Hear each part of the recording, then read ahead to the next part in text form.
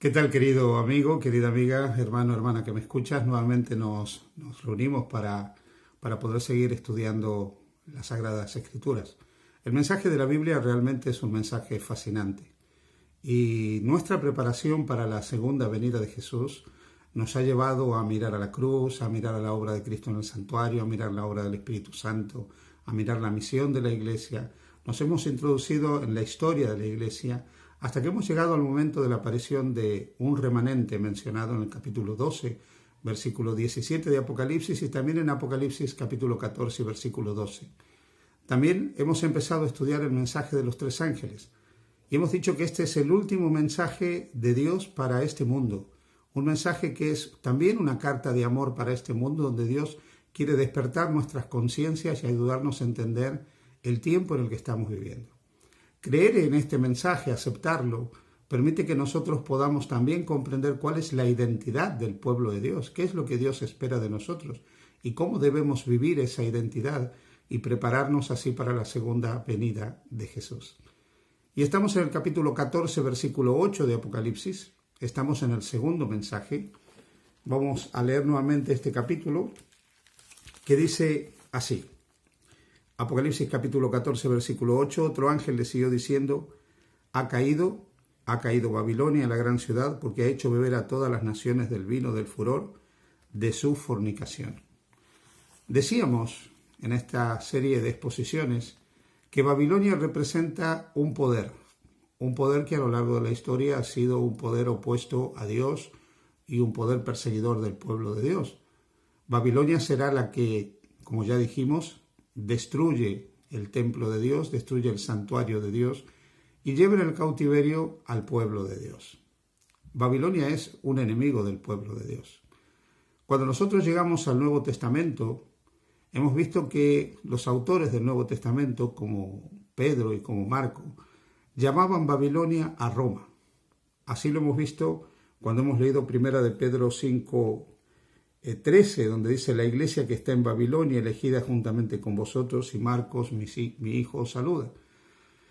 Y hemos comentado que la gran mayoría de los exégetas entiende que Pedro y Marcos, que fue el gran ayudante de Pedro, estaban hablando de la iglesia que estaba en Roma, ya que ellos veían a Babilonia a Roma como la nueva Babilonia. Y dijimos que durante los primeros 300 años de la historia de la Iglesia, Roma fue un poder perseguidor. ¿Dónde podemos rastrear el accionar de Babilonia desde un punto de vista también místico y espiritual? Babilonia es entonces un poder literal, una nación, un imperio literal, el imperio babilónico, un imperio perseguidor y opresor del pueblo de Dios. Babilonia es también Roma, el nuevo poder opresor del pueblo de Dios que se menciona en el Nuevo Testamento. Pero ese poder opresor, el Imperio Romano, tiene fases, tiene momentos, tiene etapas.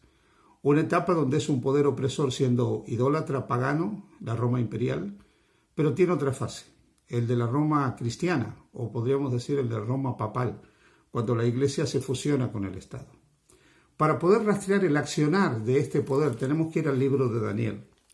En el libro de Daniel nosotros encontramos ya en el capítulo 2 del libro de Daniel que se habla de una sucesión de imperios bajo la figura de una imagen que tiene una cabeza de oro, el pecho y los brazos de plata, el vientre y las caderas de bronce, las piernas de hierro y los pies mezcla de hierro y de barro. Esta imagen que se menciona en el capítulo 2 de Daniel, desde el versículo 37 en adelante, representa una sucesión de imperios. Así pues, la cabeza de oro representa el imperio babilónico, el pecho y los brazos de plata representan al imperio medo-persa, el vientre y las caderas de bronce al imperio griego y las piernas de hierro al imperio romano. La mezcla de hierro con barro que se menciona luego representa las divisiones en que queda disuelto el imperio romano cuando cae en poder de los bárbaros a partir del año 476 después de Cristo, y representa esas naciones divididas en el mundo que nos acompañan hasta la actualidad. En el capítulo 7 de Daniel, nosotros encontramos que nuevamente aparecen los mismos poderes con otra figura. En el capítulo 7, a partir del versículo 1 hasta el versículo 8, nosotros encontramos que se habla de 4 bestias.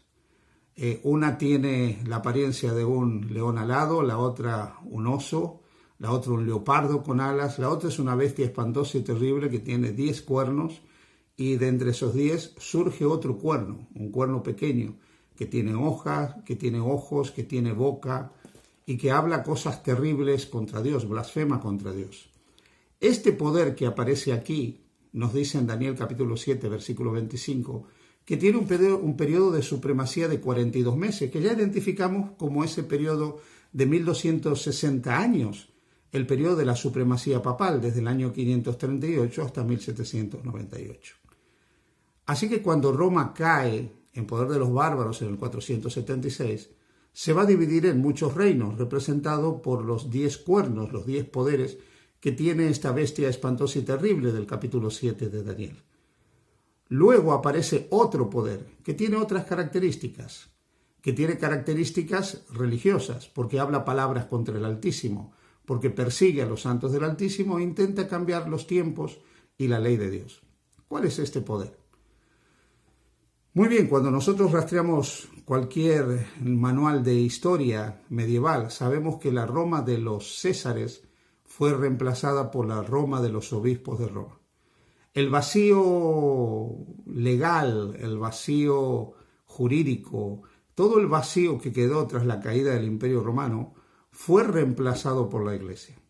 La Iglesia que desarrolló para superar el vacío legal un código de derecho, el derecho canónico. La Iglesia que desarrolló toda una autoridad para desarrollar el vacío,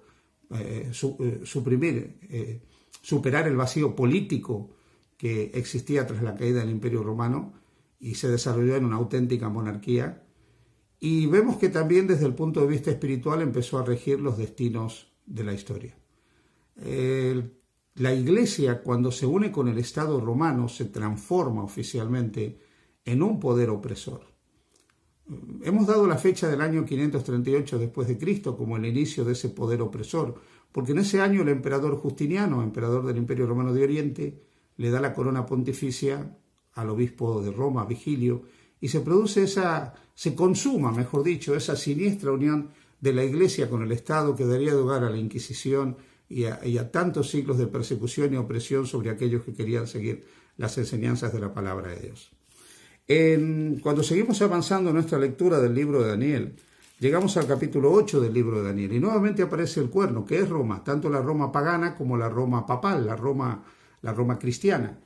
Y a partir del versículo 11 hasta el versículo 12 dice algo muy interesante acerca de este poder. Daniel capítulo 8, versículos 11 y 12, dice: aún se engrandeció contra el príncipe de los ejércitos y por él fue quitado el continuo sacrificio y en lugar de su santuario fue echado por tierra. A causa de la prevaricación le fue entregado el ejército junto con el continuo sacrificio y echó por tierra la verdad e hizo cuanto quiso y prosperó. Permíteme que me detenga un poco aquí. Este poder se levanta contra Dios. Este poder echa por tierra la verdad de Dios, la verdad que Dios había revelado. ¿Cuál es la verdad? ¿Dónde está la verdad? No la verdad desde el punto de vista, desde la discusión filosófica. La Biblia, en el capítulo 17, versículo 17 del Evangelio de Juan, dice: santifícalos en tu verdad, tu palabra es la verdad. También la Biblia nos dice que la verdad es Jesús. Juan capítulo 14, versículo 6 dice: yo soy el camino, la verdad y la vida. Nadie viene al Padre sino por mí. El Evangelio de Juan también nos menciona que Jesús envía al Espíritu Santo, al cual llama el Espíritu de verdad. Y ya dijimos en un estudio anterior que el Espíritu Santo es el vicario de Cristo en la tierra y el único maestro de la verdad divina. También la Biblia nos dice en el libro de Salmos que la ley de Dios, sus mandamientos son la verdad. Así que cuando dice que este poder echó por tierra la verdad, quiere decir que echó por tierra la gran verdad de la autoridad suprema de la Biblia, la verdad de que el Espíritu Santo es el vicario de Cristo, poniendo un representante humano en lugar del Espíritu Santo para dirigir la Iglesia, la verdad de que Cristo es el único camino al cielo al introducir otras formas de culto y otros mediadores para alcanzar la salvación, y la gran verdad de que la ley de Dios es un camino de verdad, al alterar esos mandamientos de Dios, quitando el segundo mandamiento que prohíbe el culto a las imágenes y quitando el cuarto mandamiento que manda santificar el séptimo día de la semana como día de reposo. Por lo tanto, el pisoteo de la verdad se hizo de una manera muy marcada, muy clara, a la luz de la Biblia. Pero aquí se menciona algo más. se dice que este poder se engrandecería contra el príncipe de los ejércitos, que quitaría el continuo y el lugar de su santuario sería echado por tierra. En el momento que un ser humano pretendió ocupar el lugar de Cristo en la tierra como su representante, se engrandeció contra Cristo, se puso en contra de Cristo. Así que el establecimiento del poder papal fue el establecimiento de alguien que estaba en contra de Cristo, un anticristo, alguien opuesto a Cristo, al querer ocupar el lugar que le corresponde a Cristo y al Espíritu Santo. En segundo lugar, nos dice aquí el texto que quitó el continuo. ¿Qué es el continuo? A lo largo de todo el Antiguo Testamento, el continuo representaba la obra continua de los sacerdotes y los sacrificios continuos y la obra continua en el santuario terrenal, que es lo que traía la salvación al pueblo de Israel. Por lo tanto, el continuo representa los méritos continuos del Salvador a favor del pueblo de Dios. Todo lo que se hacía en el santuario era un símbolo de la obra de Jesús. Cuando este poder llega al poder, quita el continuo al apropiarse del poder de Cristo para perdonar pecados, al apropiarse del poder de Cristo para administrar el perdón y al establecer un falso sacrificio, el sacrificio de la misa, con el llamado misterio de la transubstanciación, donde por el poder de las palabras del sacerdote, el pan y el vino se transforman en cuerpo y sangre de Jesús. De esa manera el continuo fue traído aquí a la tierra, por lo tanto el ministerio sacerdotal de Jesús también se trajo a la tierra, ya que se reemplazó el ministerio sacerdotal de Jesús en el santuario del cielo por un sacerdocio de origen humano. A lo largo de la historia, este poder, que es la Babilonia mística religiosa del tiempo del fin, alteró completamente las verdades de la palabra de Dios. Reemplazó la intercesión de Jesús por la intercesión de la bienaventurada Virgen María, de los santos, de los ángeles. Enseñó que no hay un sueño tras la muerte, sino la inmortalidad del alma, y que el alma, según el ser humano, según se haya comportado, iba al cielo, al infierno o al purgatorio. Enseñó la confesión a un sacerdote humano, algo que la Biblia nos enseña. Enseñó que el sumo sacerdocio lo tiene un ser humano, cuando la Biblia enseña que el sumo sacerdocio lo tiene Jesús, y trasladó a la tierra el santuario de Dios, enseñando a las personas a acudir a santuarios en busca de perdón y en busca de intercesión. Grandes enseñanzas de la Biblia fueron trastocadas, cambiadas, modificadas por este poder. Por eso se nos dice que echó por tierra la verdad. Así que la Babilonia mística, la Babilonia espiritual del tiempo del fin, es el romanismo, el catolicismo romano. No decimos con esto que no haya almas sinceras dentro del catolicismo romano.